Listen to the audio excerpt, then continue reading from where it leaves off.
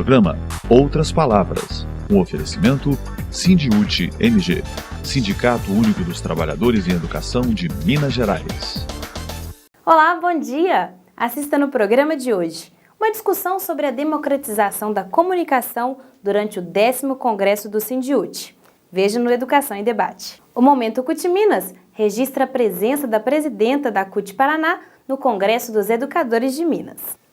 E na atualidade, veja por que é importante lutar contra a redução da maioridade penal. No Educação em Debate, flashes de alguns dos mais importantes momentos do Congresso Histórico do Sindiúte. Feminista e blogueira Conceição Oliveira, do blog Maria Fro, e o jornalista, presidente do Centro de Estudos da Mídia Alternativa Barão de Itararé, Altamiro Borges, do blog do Miro, defendem a democratização da comunicação.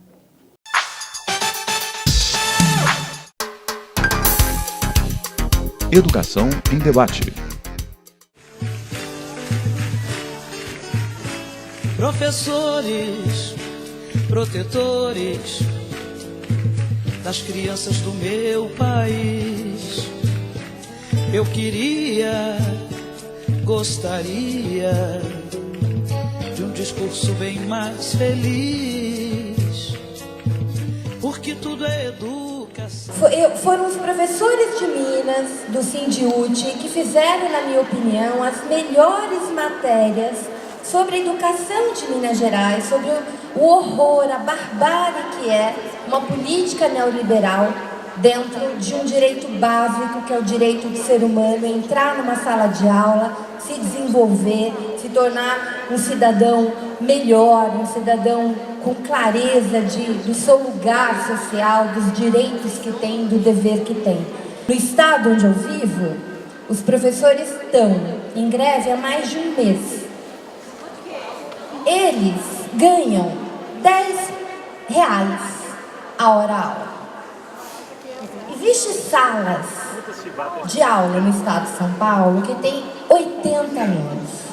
Nas escolas não tem água, nas escolas não tem papel higiênico. Mas quando chove, chove na cabeça das pessoas, dos alunos, dos professores. A gente tem uma mídia que faz com que boa parte da população, inclusive aquela que é alvo da barbárie, seja, por exemplo, a favor da diminuição da maioridade penal. Se nós não tomarmos cuidado, nós vamos jogar a lei mais avançada, que é modelo para o mundo, que é o ECA, na lata do lixo. Porque esse bando de proselitistas que foram eleitos estão dizendo que se encarcerar jovens, e quando eles falam em encarceramento de menores, nós sabemos quais são esses menores. Nós estamos vivendo um retrocesso tão absurdo, e não é à toa. Existem centenas de programas de rádio e de TV que absolutamente todos os dias, em diferentes horários, escandalizam, pegam um caso, faz disso um absurdo e coloca na mente das pessoas que todo jovem negro é suspeito. Se não é bandido, vai virar. Bom, bora pôr na cadeia logo. Daqui a pouco vão estar prendendo o bebezinho quando sair da maternidade. Vamos falar de uma coisa que todos vocês aqui entendem, né? Como professores na sala de aula. Formação leitora, prática de leitura. Nós temos obrigação, como o adulto formador deste país, de virarmos professores de formação da mídia. Nós precisamos levar para dentro dos nossos currículos escolares a prática de leitura da mídia. Eu estou falando de uma era onde a informação, da maneira como pode, e nessa geração que algo se espalha de maneira muito rápida, com as pessoas com pouca capacidade crítica, isso pode virar a plena barbárie. Nós temos um desafio gigante e nós não podemos abrir mão disso. E eu vou dizer para vocês que quando a gente realmente encara esses desafios, a gente faz de forma impressionante. Foram o que vocês fizeram nesta semana, travando o PL 4330. Quanto melhor vocês forem na sala de aula, não há nada mais revolucionário que uma aula bem dada, que um professor competente. Nada é mais revolucionário quando nós empoderamos nossos alunos a serem leitores críticos do mundo. É este o nosso papel. Nós estaremos fazendo a verdadeira formação política. Obrigada imensamente por me ouvirem tanto tempo. Vamos acabar com uma ilusão. Não existe mídia imparcial. Não existe mídia neutra. Mídia tem interesses de classe. Mídia tem interesses políticos e econômicos. Então, acabemos com essa ilusão. A imprensa patronal privada sempre teve interesses econômicos e políticos. Os anarquistas, que foram os pais, os construtores do sindicalismo brasileiro, sentiram na carne o ódio da mídia. Infelizmente, muita gente ainda se ilude sobre a mídia. E diria, inclusive, muita gente no governo atual se ilude sobre a mídia e alimenta essa mídia. Até a década de 30, 40, eram jornais só. Nos jornais, você tinha os jornais dos patrões, mas você tinha os jornais dos anarquistas, depois os jornais dos comunistas, que faziam combate. A coisa foi, é uma tendência do capitalismo, é a concentração de riqueza, é o monopólio. A coisa foi se concentrando, porque aí surgiu a rádio. Aí na década de 50, 60, surge a TV. E isso vai virando um grande complexo, por isso que a gente deixa de falar imprensa e passa a falar mídia. São os vários meios, onde você junta jornal, revista, rádio, TV, internet, cinema, teatro, publicidade, junta tudo isso. E isso passa a ficar sob controle de poucas mãos. Então hoje no mundo o que nós temos são grandes monopólios midiáticos. No mundo todo, 30 empresas controlam 70% da comunicação do planeta. 7 famílias controlam 90% da comunicação no Brasil.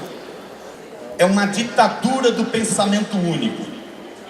São poderosas empresas, altamente concentradas, que vão passando para o mundo a sua visão de mundo. Quando a gente fala sobre regulação da mídia aqui no Brasil, logo a mídia censura o debate e diz: vocês estão querendo censurar a imprensa. Regulação de mídia existe, por exemplo, nos Estados Unidos. Nos Estados Unidos desde a década de 20. Nos Estados Unidos é proibido uma coisa que no Brasil é permitido.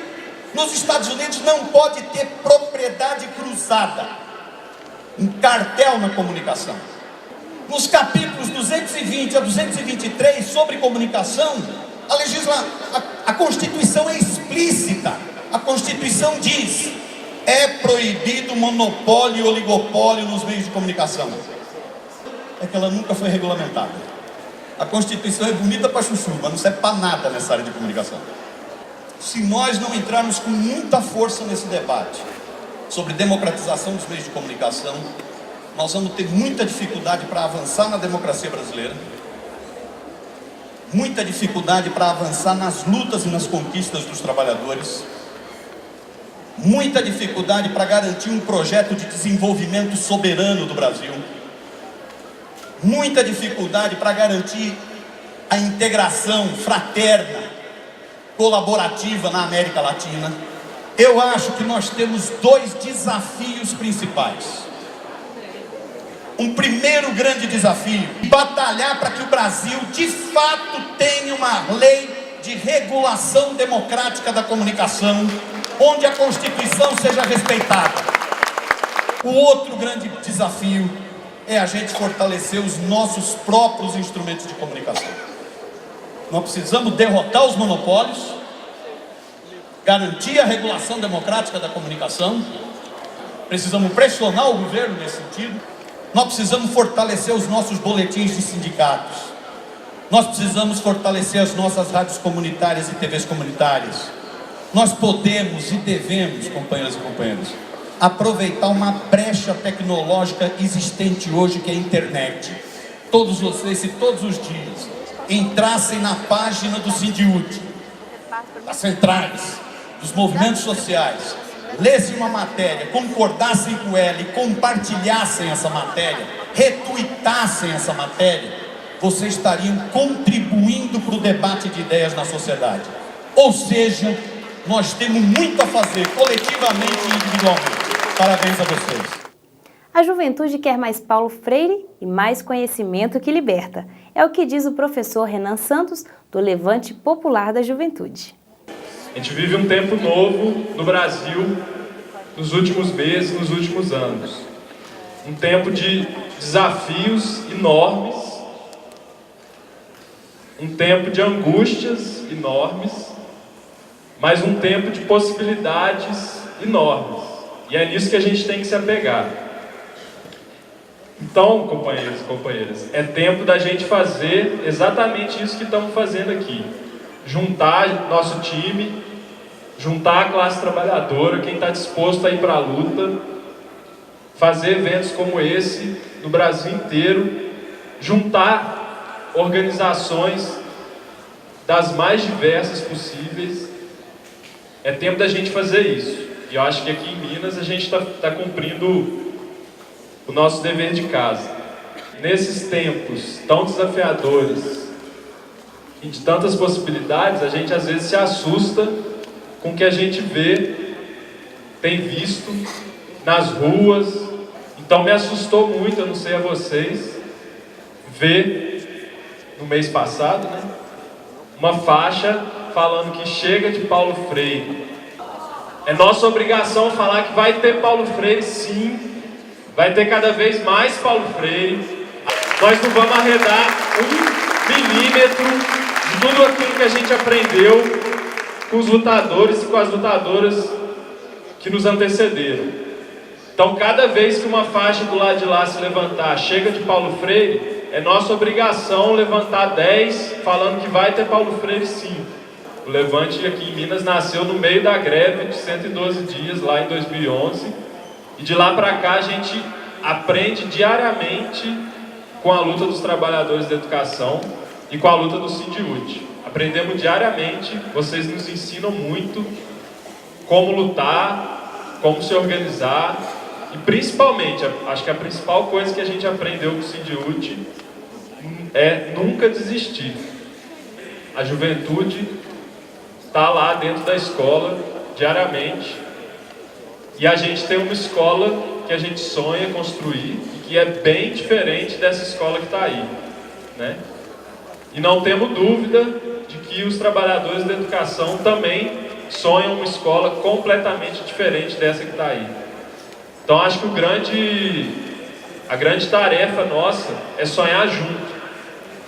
A gente só vai construir a escola dos nossos sonhos quando juventude, quando aluno, quando estudante e professor e todos os trabalhadores das escolas passarem a construir a escola dos nossos sonhos juntos.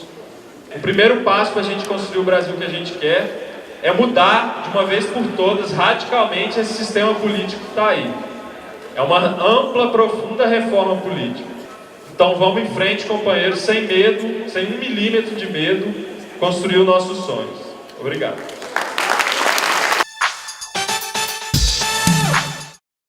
Na atualidade, veja por que é importante lutar contra a redução da maioridade penal. Atualidade. Hoje aqui conosco a psicóloga e psicanalista Liliane Maria Silva, ela é coordenadora do Centro de Defesa da Criança e do Adolescente de Minas Gerais. Vamos debater sobre o projeto de emenda à Constituição que reduz a maioridade penal de 18 para 16 anos. Liliane, tudo bem? Tudo bem. Esse projeto argumenta-se muito que ele pode reduzir a criminalidade no Brasil. Você concorda com isso? Não.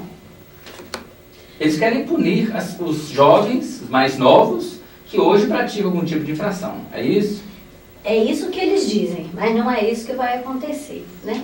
O adolescente no Brasil, ele já responde pelo ato criminal, pelo ato infracional, né? Que é o termo correto, desde os 12 anos de idade. São diversas as medidas socioeducativas estabelecidas no ECA e todo adolescente que comete um ato infracional, ele responde por isso. Então, esse argumento de que vai interferir na violência, ele é um equívoco e não é uma desinformação ingênua, é importante falar isso. Até porque não é a cadeia que resolve o problema da violência no Brasil, né? Teria que ter medidas sociais, por exemplo? Investimento em política pública. E isso dá conta de enfrentar a violência no país, né? A gente tem no Brasil o índice de reincidência no sistema penitenciário é de até 70%. No sistema socioeducativo é de até 30%. O que é o sistema socioeducativo? São equipamentos que acolhem jovens para ressocializar? Como é que ele funciona? É eficiente ou não? O Estatuto da Criança e do Adolescente, ele pensou uma série de medidas, todas elas com caráter de educar o adolescente. Porque o adolescente, ele está no período de tornar-se adulto, de formar-se como sujeito, que uma das medidas principais que a cultura oferece a ele é a educação. Então, ainda que ele cometa um ato infracional, à medida que ele responde, o ato que ele responde, ele precisa ser pela via da educação, para que ele tenha a oportunidade de repensar o ato criminoso, de encontrar trabalho saindo dali. No sistema penitenciário, em tese, eles fariam isso também, mas não faz. Entendi. Na verdade, comenta-se muito que o sistema penitenciário do Brasil forma mais criminosos, né, no caso dos adultos, né? Porque as condições carcerárias são muito ruins no país. São desumanas. E no sistema socioeducativo, que a gente estava falando, né, que é a articulação dessas medidas socioeducativas no país todo. A gente ainda tem muitas fragilidades no sistema socioeducativo, mas eles são muito mais eficientes do que o sistema penitenciário. Sim. Então, reduzir a idade penal, a maioridade penal de 18 para 16, é oferecer uma mão de obra barata para esse sistema penitenciário, que é, sim, dominado pelo crime organizado, que tem condições estruturais de funcionamento muito piores do que o sistema socioeducativo. Agora, nós citamos agora há pouco o ECA, né? O Estatuto da Criança e do Adolescente, já tem 25 anos, é muito comemorado no Brasil e no mundo como um instrumento assim, legal, jurídico, né? Avançado, mas eu já ouvi também pessoas defenderem mudanças no ECA. Acha que ele é muito leve em termos de punição. O que você acha desses argumentos? Eu acho que eles são frágeis. Pensando que, historicamente, 25 anos é pouco tempo para a implementação de políticas públicas num país da dimensão do Brasil, com as questões históricas que o Brasil traz, e um tempo muito curto para fazer outra coisa que é fundamental, que é a mudança de pensamento e de concepção. Agora, então, mesmo os instrumentos previstos no ECA, socioeducativos, o Estado dá conta de garantir? Ele dá conta, vem dando conta de melhorar e de fazer avançar. Então, nós temos no Brasil unidades de internação, nós temos lugares no Brasil em que a medida socioeducativa ela funciona muito bem, né? Os adolescentes cumprem a medida, reencontram outras possibilidades, constroem outros projetos de vida que os retiram da criminalidade. Então, o que é preciso não é mudar o ECA. O que é preciso é fazer com que o ECA seja implementado de fato tal qual ele está organizado. É imprudente e é cedo para a gente pensar em mudar o ECA. Ok, nós conversamos com a Liliane Maria Silva, que é do movimento Minas Diz Não à Maioridade Penal. Isso. Você pode ter informações também pelo Facebook, não é isso? Isso, nós temos uma página lá, exatamente com esse nome, Minas Diz Não à Redução. Até a próxima. O Momento CUT Minas registra a presença da presidenta da CUT Paraná no Congresso dos Educadores de Minas. Momento CUT Minas. Em nome da CUT Paraná e em nome dos professores e professoras do Estado do Paraná, o nosso grande abraço aos professores e funcionários da Escola aqui do Sindiúti do estado de Minas Gerais. Nós, no começo do ano, passamos uma greve de 30 dias contra o arroxo do então segundo mandato do Beto Richa, do PSDB, que ele quis implementar no estado do Paraná o choque de gestão com a educação que o Aécio fez aqui em Minas. Nós lá fizemos e deixou aqui o estado falido e também lá está deixando o estado do Paraná, o quinto estado mais rico desse país, falido. Só que lá o tiro foi pela culatra, porque ele mandou o projeto de lei, a APP estava em estado de greve, chamamos a greve e fomos para frente do Palácio da Assembleia Legislativa, e lá eles tiveram que entrar para votar dentro de um camburão. Os 36 deputados, com a ajuda da CUT e com a mobilização da PP Sindicato, eles tiveram que entrar de camburão lá para votar. E a gente não teve dúvida nenhuma, a gente ocupou e não deixou esse projeto de lei do governo do estado que ia acabar com a educação do estado do Paraná. Então nós fizemos essa luta e agradecemos muito, em nome da CUT Paraná e da PP, a ida da Bia lá no nosso ato, na nossa assembleia da PP, porque foi muito importante ela falar o que aconteceu aqui em Minas, a greve dela, para os professores e professoras da educação do Paraná. E em nome da CUT Paraná a gente tem essa parceria, somos 2 presidentas de luta, temos mais presidentas da CUT nesse país, temos 7 presidentas, em nome de todas elas, saúdo a Bia, nossa grande guerreira aqui no estado de Minas. Queria dizer para vocês que vivemos uma conjuntura nesse país, mas a conjuntura mais atual agora é derrubar o PL 4330. Eu venho de uma categoria terceirizada, eu sei o que é isso na pele. Sou vigilante e sei, é uma categoria no Brasil que ela é toda terceirizada.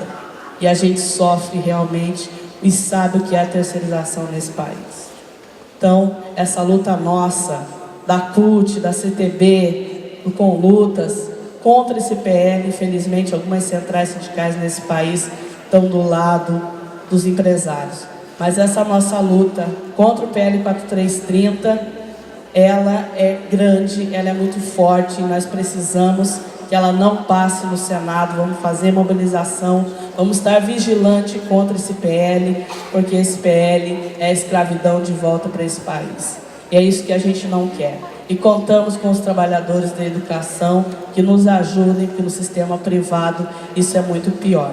Então, um grande congresso para vocês, uma grande luta do Sindiúti da educação aqui no estado do Paraná. Viva a educação pública de qualidade, é o que a CUT defende, e viva os trabalhadores.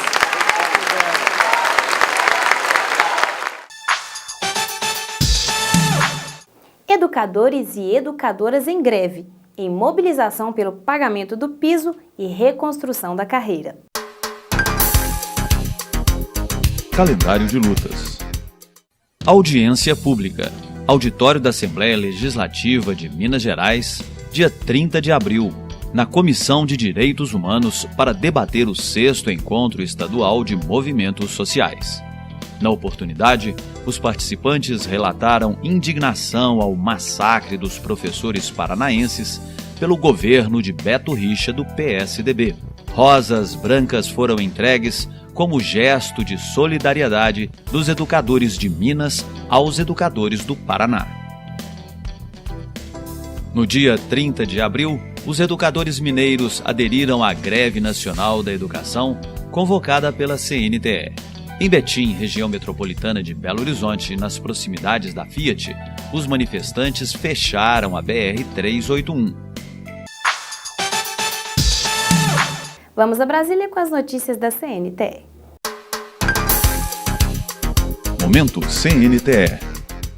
Como parte da programação da 16ª Semana Nacional em Defesa e Promoção da Educação Pública, a CNTE participou no dia 28 de abril de audiência pública na Câmara dos Deputados, que discutiu a regulamentação do Plano Nacional de Educação.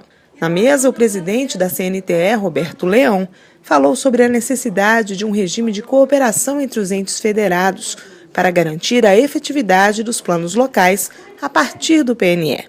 Hoje, o sistema é de colaboração, não sendo obrigatório. Se for um plano que se paute somente pela colaboração, ele fica dependendo da vontade do ente, né? Então, como nós queremos que o plano achamos que o plano é um plano nacional, que tem que a partir dele se criar um sistema nacional de educação articulado, é preciso que isso tudo esteja estabelecido em lei, que todos os caminhos sejam muito claros, para que não tenha dúvida e não haja conflito na hora de se colocar em prática determinadas questões importantes para a educação. Já foi lançada a Frente Parlamentar em defesa da implantação do Plano Nacional de Educação. A ideia é realizar diversas reuniões setoriais e levar os resultados ao governo federal.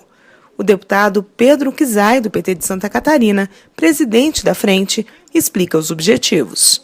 Juntar a Câmara, o Parlamento brasileiro e dialogar com a sociedade civil, com as entidades, com os fóruns, Fórum Nacional, Fórum Estadual, as diferentes entidades educacionais do Brasil, dialogar com o governo na implementação do Plano Nacional de Educação.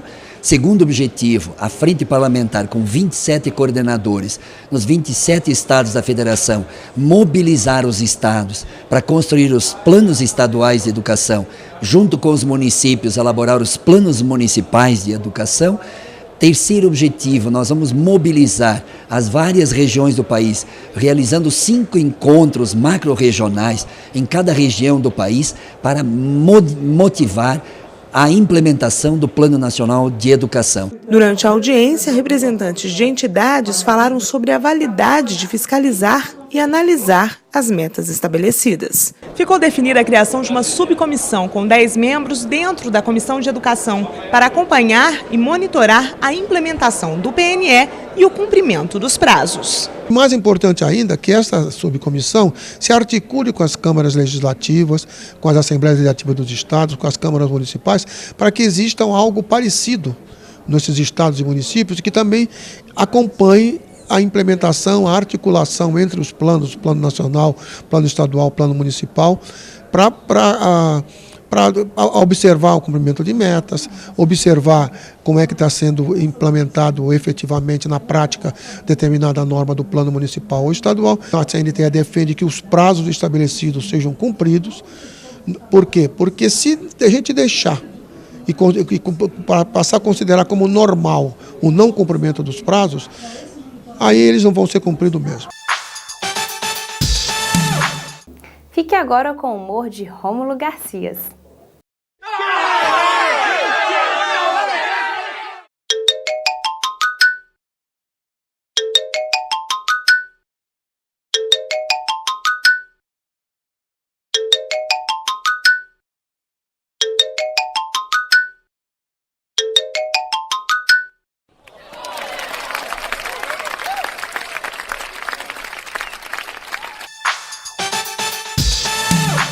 Tabela periódica, cateto oposto, cateto adjacente, raiz quadrada. Isso enlouquece a gente.